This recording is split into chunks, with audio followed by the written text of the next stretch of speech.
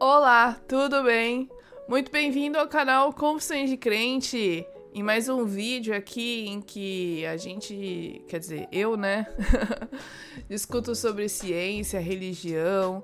Tem um vídeo semanal aqui de estudo da Bíblia também, então se você se interessa, né, atualmente nós estamos estudando o livro de Tiago da Bíblia, então você pode vir aqui no card tá o último vídeo que saiu, e aí você pode estudar junto conosco também. Se você está aqui pela primeira vez, veio através de um vídeo que alguém indicou pelo WhatsApp, por grupos, Facebook, seja o que for, seja muito bem-vindo ao canal Confissões de Crente.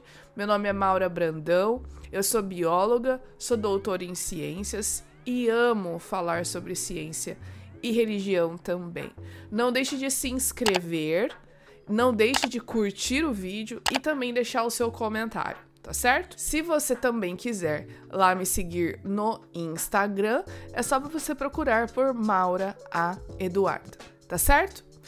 Bom, nesse vídeo eu gostaria de falar com vocês sobre um artigo, uma coluna que eu escrevi, né? Eu tenho aí periodicamente uma coluna de ciência e fé no portal adventistas.org e lá eu publico alguns textos falando sobre evidências científicas que apontam algum tipo de assunto relacionado ao criacionismo. Às vezes é sobre dilúvio, às vezes é sobre fósseis, às vezes é sobre evidências de um designer, né? E eu publiquei recentemente, você tá vendo aí, um artigo falando sobre um fóssil que foi encontrado muito interessante e que pode ser considerado como uma evidência de que houve uma grande inundação, uma grande catástrofe há muito tempo atrás, tá certo? Eu queria conversar com vocês, se você tem interesse em ler o artigo, ele tá aqui na descrição, tá bom? E aí você pode ver algumas fotos e mais detalhes. Lembrando também que na descrição do vídeo sempre vão estar as referências que eu usei para falar, tá bom? Então, todas as coisas que eu cito, páginas, enfim, eles sempre vão aparecer na descrição do vídeo aqui, assim também como na descrição do artigo que eu citei, que eu escrevi para vocês. Antes de falar do Tânis, do fóssil e etc., a gente precisa contextualizar um pouquinho e dizer o que é um fóssil para você que é novo aqui no canal. Então, para você que nunca ouviu falar em fósseis, os fósseis, eles são evidências de que viveram no passado animais que provavelmente já foram extintos, alguns nem tanto. Por exemplo, a gente tem o selacanto, que era um peixe que acreditava-se ter sido extinto, só que recentemente encontraram ele nadando por aí, não é mesmo? Mas aí a maior parte dos fósseis são de animais que foram extintos e até mesmo de vestígios desses animais, que podem ser pegadas, que podem ser até mesmo cocô, por exemplo, de dinossauro, que são chamados os coprólitos. Tudo isso pode ser considerado um fóssil, tá bom? E os fósseis, eles se formam em condições muito específicas. Eles se formam em inundações, ou seja, tem que haver a presença de água e a presença também de um grande sedimento, de uma grande quantidade de sedimento.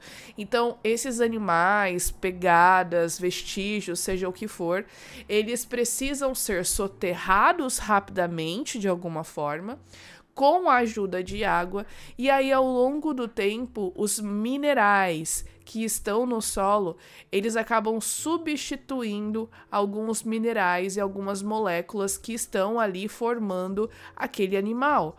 E aí esse animal, ele vai se preservando através de um processo de transformação dele numa rocha, né? Então, o que acontece?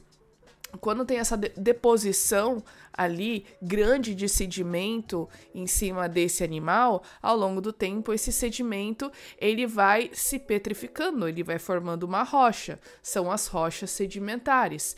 Se o animal está ali dentro e se houve o processo de fossilização, esse animal então ele se transformou em uma rocha. Normalmente, o que fica mais preservado são as partes duras do animal, como os ossos, por exemplo, mas já existem registros de preservação de pele e até mesmo tecidos que não foram mineralizados, como algumas células sanguíneas. Olha só que legal. Muito interessante, né? A cosmovisão evolucionista afirma que todo esse processo de fossilização, obviamente, aconteceu há milhões de anos atrás, né? Mas aí a gente fica pensando, poxa vida, se esse processo de fossilização no Tiranossauro Rex, por exemplo, aconteceu há 60, 70 milhões de anos atrás, como que essas partículas se continuaram moles, né, ou não mineralizadas? Será que isso não foi há pouco tempo atrás e não há milhões de anos atrás? Enfim, faz a gente pensar, né? Especialmente nós aí que acreditamos na cosmovisão criacionista. Agora que já estamos aí contextualizados a respeito dos fósseis e da sua importância, né? Porque os fósseis, eles são a única forma de nós termos conhecimento que determinados animais viveram no passado, como os dinossauros, por exemplo. Então, depois dessa contextualizada, a gente pode falar do Tanis. Tanis é o nome de uma região nos Estados Unidos, no estado de Dakota do Norte, que tem um grande sítio paleontológico, é um lugar onde se encontram muitos fósseis. E especialmente um fóssil chamou muita atenção da comunidade dos paleontólogos. Por quê?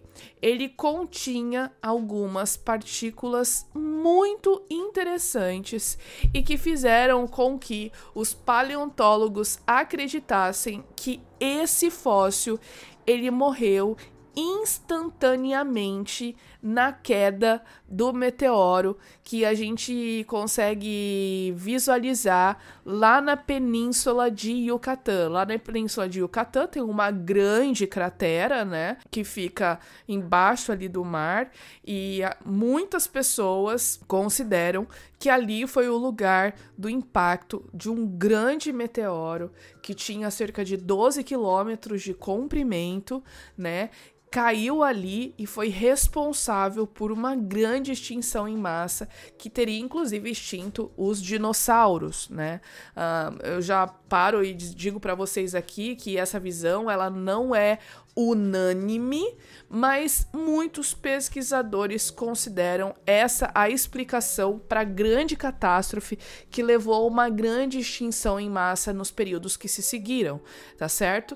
Então, eles acreditam que esse fóssil que foi encontrado na região de Tanis, o animal morreu instantaneamente a partir da queda do meteoro, ou seja, o meteoro caiu hoje ou, enfim, algum tempinho depois, ele morreu imediatamente por meio das consequências que vieram da queda desse meteoro. Mas vamos ver um pouquinho mais de detalhes esse tema. Esse fóssil, ele é uma perna de um dinossauro. Vocês estão vendo a foto aí. Mas não somente a perna. Eles encontraram próximo ali na região ovos de pterossauros com os embriões ainda dentro do ovo. É muito interessante essa imagem que eu tô te mostrando, tá bom?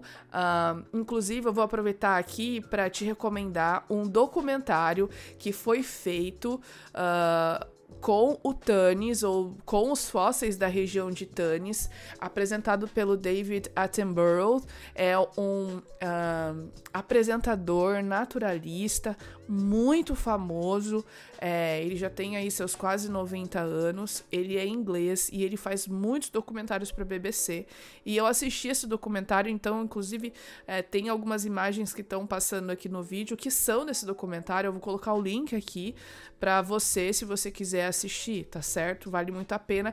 Infelizmente não tem dublagem em português, porque saiu há 2 semanas, então quem quiser assistir vai ter que treinar o inglês aí, tá bom?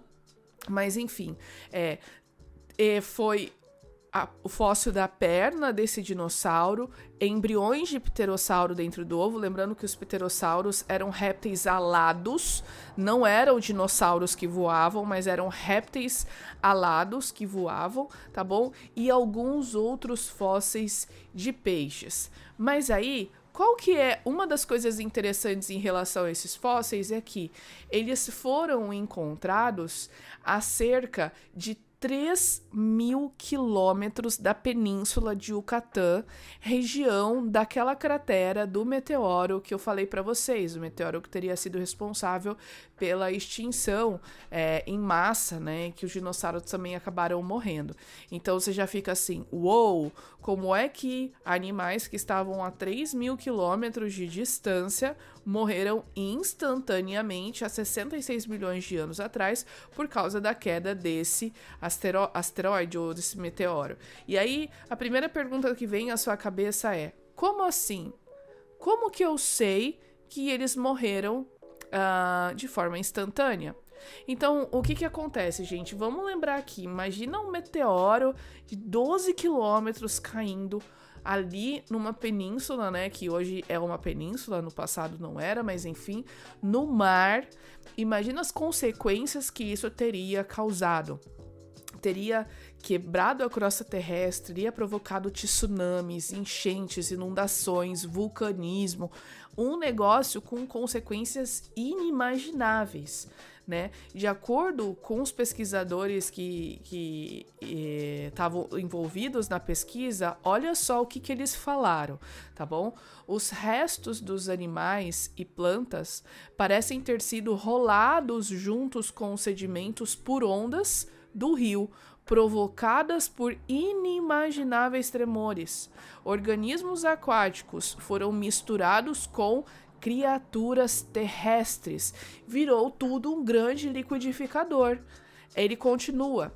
Parece que esse animal teve a perna arrancada muito rapidamente. Não há evidência do contrário, ou seja, não há evidência de que essa perna foi arrancada por um outro animal. Não, porque não existem marcas, não existe essa evidência no fóssil. Então, o pesquisador continua dizendo, a melhor explicação que temos é que esse animal morreu rapidamente, tá bom?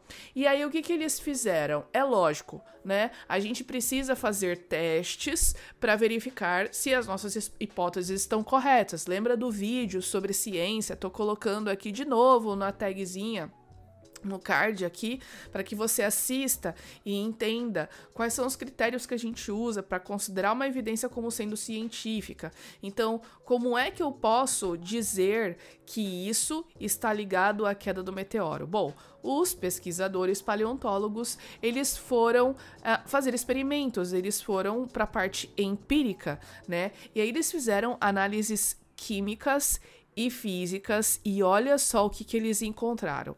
Eles encontraram partículas que haviam sido preservadas em resinas de árvores, inclusive naqueles fósseis de peixe que eu disse para vocês que foi encontrado, partículas que eram do meteoro e que só podem ser encontradas naquela região do México, em Yucatán, onde o meteoro caiu, tá bom?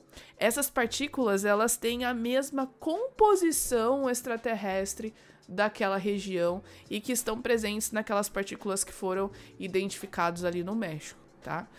É lógico que essa pesquisa, ela é definitiva? Não é. A gente nunca pode afirmar algo com certeza apenas por causa de um artigo. Então, outros pesquisadores ou esse mesmo grupo precisam fazer mais testes, mais estudos para verificar se essas hipóteses realmente estão corretas. Só que isso já é responsável por animar bastante esses pesquisadores e fazer com que eles confirmem essa hipótese inicial de que esse animal morreu instantaneamente. Existem muitos pesquisadores, né, na verdade alguns pesquisadores que as reportagens citam, que não concordam muito com essa hipótese de que esse animal teria morrido aí instantaneamente, tá bom? Isso é bem interessante porque a gente vê o caráter da ciência, né? De que é importante que as evidências sejam questionadas. Então, os pesquisadores foram lá, estudaram, propuseram uma hipótese, testaram essa hipótese e apresentaram um resultado. Tem pessoas que concordam, tem pessoas que não concordam. E o trabalho não pode parar por aí. precisa seguir. Agora, a reflexão que eu faço com vocês é: vocês perceberam que nessa descrição que eu falei para vocês parece muito com a descrição que aparece lá no relato em Gênesis do dilúvio? Que as comportas do céu se abriram e também houve grande terremoto, as pessoas ficaram com medo. Gente, o dilúvio foi um negócio muito louco que a gente não tem nem ideia. Às vezes a gente vê tsunamis, inundações, erupções vulcânicas acontecendo em momentos separados, né, da história do nosso planeta, ou até mesmo a gente consegue ver isso atualmente. Agora imagina tudo isso acontecendo junto. Imagina tudo isso ao mesmo tempo. Isso foi suficiente por causar uma grande destruição e por matar muitos animais e as pessoas que viveram, e só foi preservado realmente o que estava ali na arca, né? É lógico que cientificamente a gente não pode mostrar que a arca existiu e a gente não pode nem mostrar com certeza que toda a humanidade veio de uma única família, tá bom? Mas existem evidências científicas que apontam para que isso seja correto, né? Então a gente tem evidências na geologia e na paleontologia, como essas que a gente acabou de ver, que dizem assim: olha, o modelo ou a hipótese do dilúvio, ela é plausível sim, existem evidências.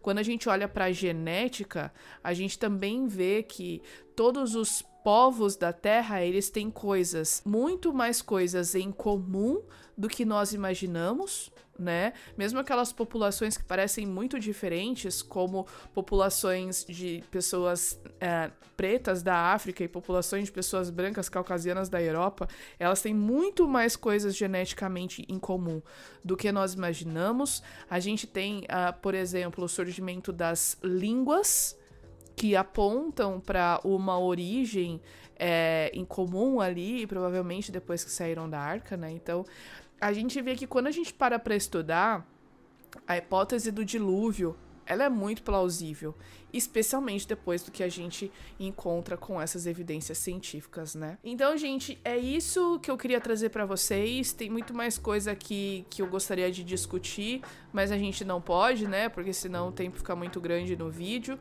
Mas não perca nos próximos, em que eu vou trazer mais assuntos aqui pra gente falar sobre ciência e religião, coisas que vão fazer com que a gente tenha cada vez mais evidências para dar suporte à nossa fé, tá certo? Não se esqueça de compartilhar esse vídeo, não se esqueça de se inscrever no canal e a gente se encontra na próxima. Até!